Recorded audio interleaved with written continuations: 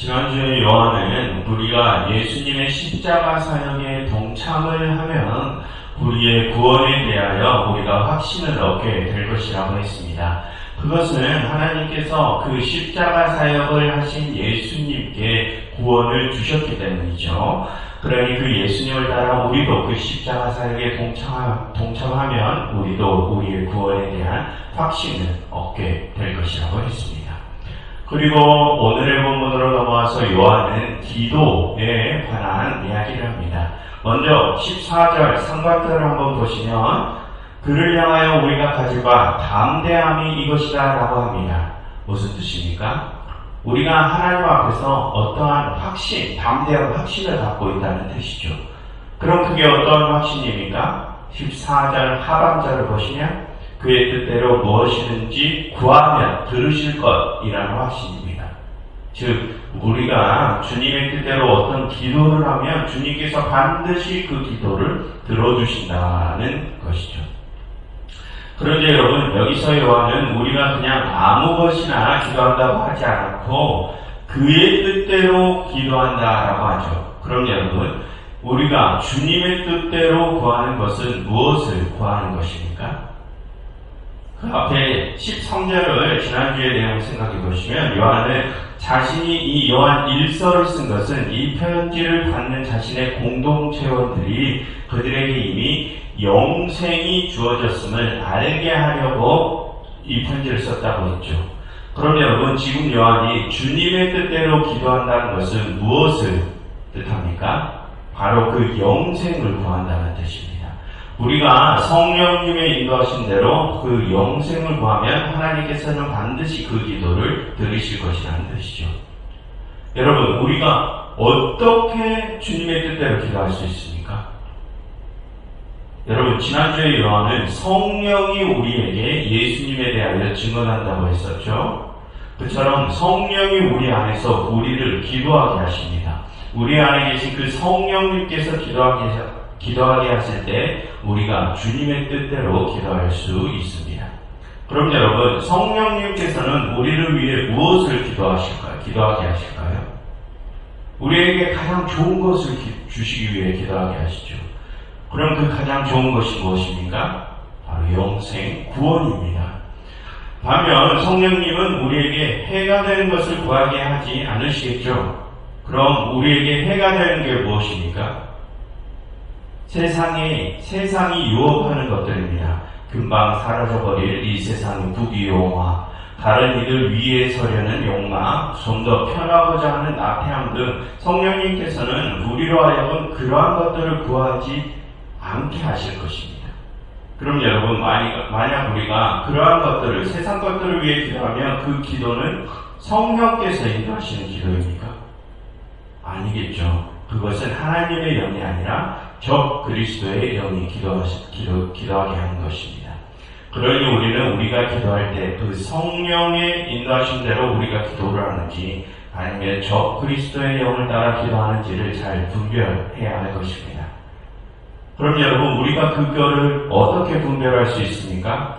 우리 기도가 영생을 위한 기도인지 아니면 이 세상 것들을 얻어내기 위한 기도인지를 보면 알 수 있겠죠. 우리는 그 기도의 내용을 보고 우리가 성령을 따라 기도하는지 아니면 적 그리스도의 영을 따라 기도하는지를 알 수 있습니다. 아무튼 요한은 지금 우리가 그렇게 성령의 인도하심을 따라 영생을 구하는 기도를 하면 주님께서는 반드시 그것을 들으실 것이라고 하십니다.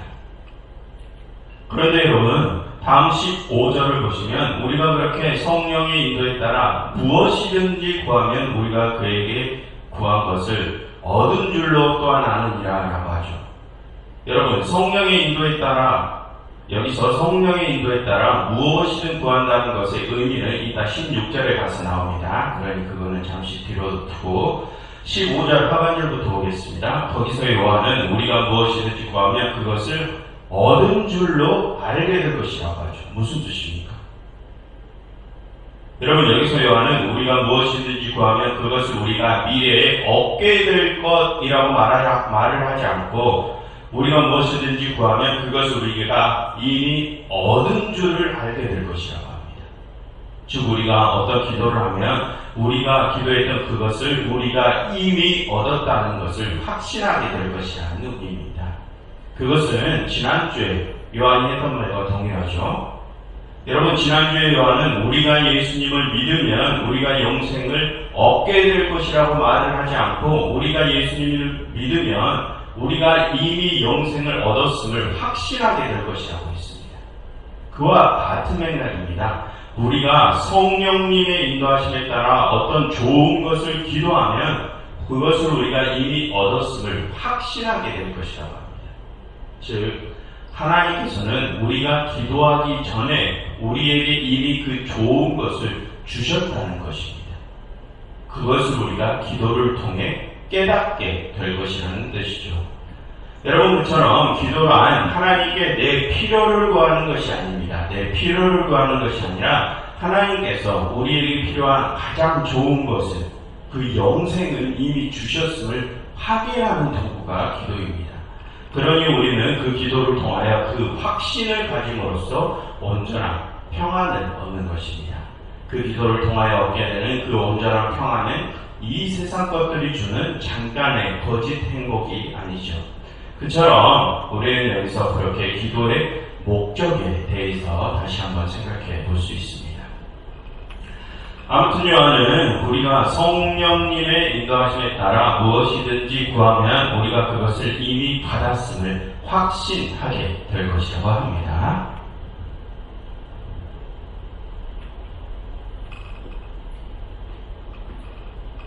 그래서 요한은 그 다음 16절에서 그 기도를 다음과 같은데 사용하라고 합니다. 16절입니다. 누구든지 형제가 사망에 이르지 아니하는 죄 범하는 것을 보거든 구하라라고 하죠. 즉 요한은 형제를 위해서 그 기도를 사용하는 것입니다. 그러면 사망에 이르지 아니하는 범죄자들을 위하여 그들에게 생명을 주실 것이라라고 하죠. 무슨 뜻입니까? 즉 기도의 목적은 아까도 말했던 것처럼 그 영생이라는 것입니다. 성령은 우리에게 가장 좋은 것 바로 그 영생을 위해 기도하게 하는데 그 영생을 위한 기도를 형제를 위해서 하라고요. 그럼 그 기도가 어떻게 된다고요? 방금 15절에서 요한이 말했죠. 우리가 무엇이든지 구하는 바를 주님께서 들으실 것이라고 했습니다. 즉 우리가 형제의 영생을 위해서 기도를 하면 그 기도를 반드시 주님께서 들으실 것이라는 말씀입니다. 그럼 여러분, 형제의 영생을 위해서 우리가 드리는 그 기도를 주님께서 들으시면 어떠한 일이 그 뒤에 일어납니까? 우리가 우리의 영생을 위해 기도를 했을 때 우리가 이미 영생을 받았음을 확신하게 된 것처럼 이제 그 형제들도 자신들이 구원을 받았음을 확신하게 될 것입니다. 그래서 그들도 다시 하나님의 품 안에서 온전한 평안을 얻을 것입니다. 그처럼 여기서 요한은 우리가 그 기도를 형제를 위해 사용해야 함을 말합니다. 형제의 구원을 위해 사용해야 한다는 것이죠. 그런데 여러분, 지난주부터 요한은 계속 말을 어렵게 하죠. 우리가 예수님을 믿고 또 우리가 기도를 하면 우리가 영생을 얻게 될 것이라고 말을 하지 않고 우리가 예수님을 믿고 또 기도하면 우리가 이미 영생을 얻었음을 알게 될 것, 깨닫게 될 것이라고 합니다. 말을 복잡하게 하죠. 그럼 여러분, 왜 요한은 말을 그렇게 어렵게 할까요? 그것을 우리의 영생, 구원이 우리의 죄와 엮여서 복잡해졌기 때문입니다. 여러분, 지금 이 16절에서 요한은 사망에 이르는 죄가 있고 사망에 이르지 않는 죄가 있다고 하죠. 그럼 여러분, 사망에 이르는 죄는 무엇이고 사망에 이르지 않는 죄는 또 무엇입니까? 그것은 이 요한일서에서 계속해서 요한이 말해온 것입니다. 그것은 예수님을 시인하지 않는 죄, 예수님을 고백하지 않는 죄입니다. 여러분, 여기서 우리가 예수님을 시인한다는 것은 지난주에 말씀드렸듯이 우리가 그 예수님을 따라 우리의 십자가를 짊어지는 것을 뜻하죠. 그런데 우리가 우리의 십자가를 짊어지는 것은 우리가 그동안 지었던 죄를 고백하고 회개하는 것까지 포함합니다. 왜 그렇습니까?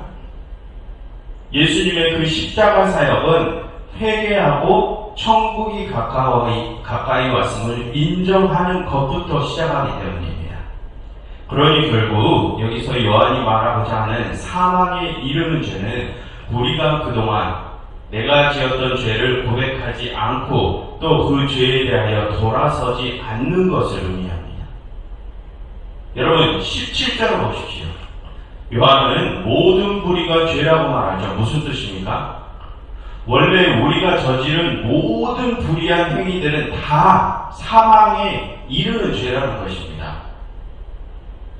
여러분 여기서 요한은 어떤 죄는 더 중요하고 어떤 죄는 덜 중요하다 이렇게 죄의 경중을 따지지 않습니다. 요한은 단호하게 말합니다. 모든 불의가 다 죽을 죄라고 합니다. 그러면 여러분 전부 다 사망에 이를 죄죠. 그러나 요한은 죽지 않을 죄가 있다고 합니다. 여러분 어떻게 그게 앞뒤가 말이 맞습니까? 모든 죄는 다 사망에 이를 죄인데 죽지 않을 죄도 있다고 하죠. 그게 어떤 죄라고요? 고백된 죄, 회개한 죄입니다. 그렇게 내 죄를 인정하고 그 죄에서 떠나서 내게 주어진 십자가의 길을 시작하면 하나님께서는 그들의 죄를 없이 여겨 주실 것이라는 말입니다. 여러분 하나님께서는 이미 우리에게 천국을 주셨습니다. 우리가 죄 중에 있을 때 이미 우리에게 천국을 가져다 주셨죠. 그러나 우리는 그것을 깨닫지 못했습니다. 왜 그랬습니까? 우리가 죄 속에 빠져서 천국이 우리의 옆에 있음을 보지 못했기 때문입니다. 그런데 죄의 고백과 회개를 통하여 하나님께로 나아오면 우리는 하나님의 나라, 즉 구원이, 영생이 우리에게 이미 주어졌음을 깨닫게 되는 것입니다. 그래서 요한은 그것을 설명하기 위해서 말을 어렵게 하는 것입니다. 우리가 예수님을 믿고 또 기도하면 우리에게 이미 영생이 주어졌음을 우리가 알게 될 것이라고 합니다. 그럼 여러분 여기서 우리가 생각해 볼 것은 지금 저기 밖에 비그리스도인들에게는 그 하나님의 나라가 영생과 구원이 주어졌습니까? 그들에게도 이미 영생이 주어졌습니다. 그런데 무엇이 문제입니까?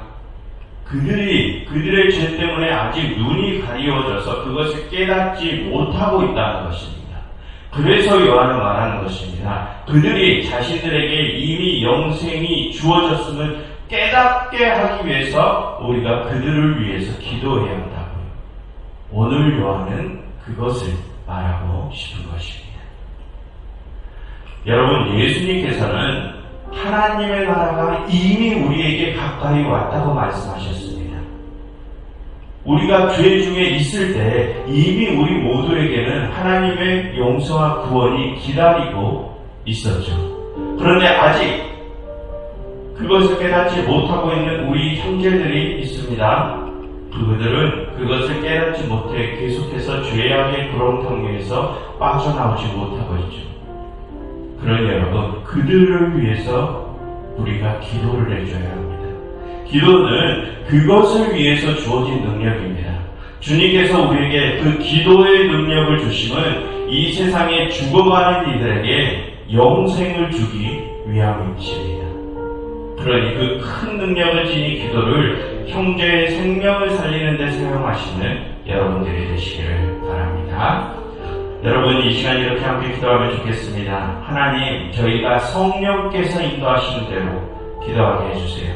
그래서 형제의 생명을 살리는 기도를 우리가 하게 해주세요 라고 함께 기도하면 좋겠습니다.